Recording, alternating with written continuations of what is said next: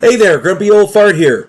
Be sure to check me out over on Rumble. There you'll find all of my stuff from YouTube, plus my political and social commentary and weekly current events, which YouTube frowns on. Links to my Rumble channel as well as my other YouTube channels and links to let you order my books are in the description of this video. If you enjoy my content, please like, subscribe, share, and comment. I welcome your comments, even if you disagree with me. Now, on with the video. Hey there, Grumpy Old Fart here. I'm doing a UFO incident video on Pentyrch, South Wales from 2016. Now, usually when you hear of military aircraft engaging UFOs and actually firing on them, you generally think of the Americans. But then, of course, not to be outdone, here come the British. On February 26th, 2016, a 57-year-old Welsh woman named Kaz Clark saw something strange over her little village of Pentyrch, South Wales. It's pronounced Pentyrch. It's spelled Pentyrch. Pentyrch. Now, Kaz Clark, I'll get her name right in a minute, works in a security field and is a trained observer. In the early hours, she was drawn to her backyard where a huge pyramid of light took up the night sky. The first red light was thousands of feet above the trees. It descended and fired what she described as lightning. Miss Clark tried to take photos, but her phone did not work.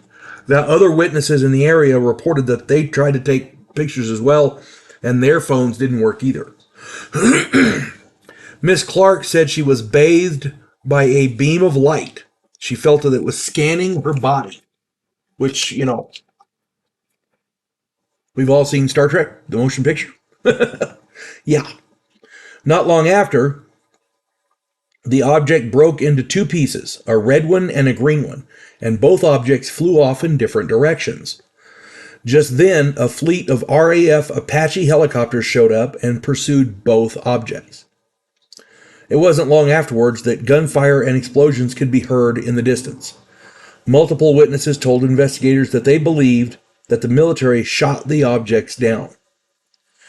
When Miss Clark contacted the MOD, the Ministry of Defense, that's like our Department of Defense, she was told that the incident was under Section 26, meaning it was not in the public interest. Yeah, in other words, it's none of your damn business. And, you know, we have FOIA here in America. I don't know that they have it there, but anyway. Other witnesses in the area reported barrel-shaped lights in the sky that night as well, so there was multiple UFO sightings here. Kaz Clark investigated the area of one of the crashes and saw a series of trees sheared off at the same height with white burn marks on one side. Miss Clark and other volunteer investigators measured extraordinarily high electromagnetic field levels at the site.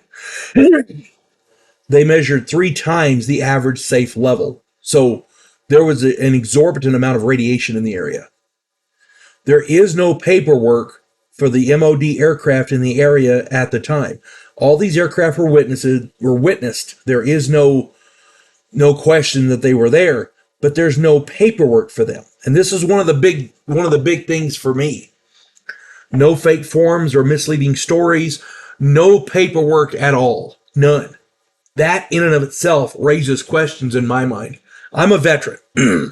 Any military veteran will tell you that anytime an aircraft is flown, a Jeep is checked out of the motor pool, or some grunt has a dentist appointment in any military around the world, there are orders. Orders come in the form of paperwork, lots of paperwork. When I was assigned to my duty station in Elmendorf, Alaska, I had a 2-inch stack of orders. They were all exactly the same, and they were stapled together with a big staple. In this particular instance, there were no paperwork. There was no paperwork for these aircraft. None. Now, whenever I do UFO stories or alien encounters, I always try to do the ones with some corroborating evidence. In this, we have multiple witnesses all saying that their phones wouldn't work in order to take pictures of these objects. There are witness reports of military helicopters. I mean, every witness saw this, and there's like dozens of witnesses.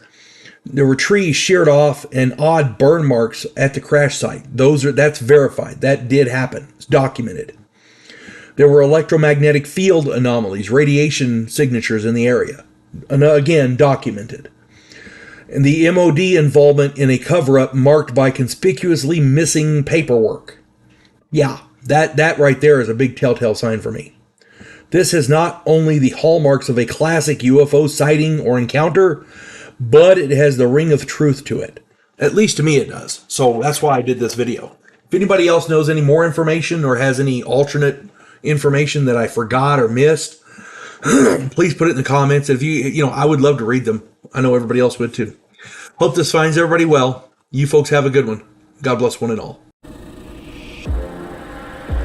UFOlogist, a scientific representative of a pacifist race called the Gandhiri, is sent away as an exchange officer.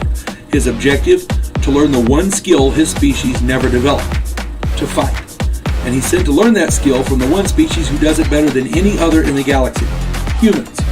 If you like science fiction with an upbeat military tone, check out my novel, Vanguard One.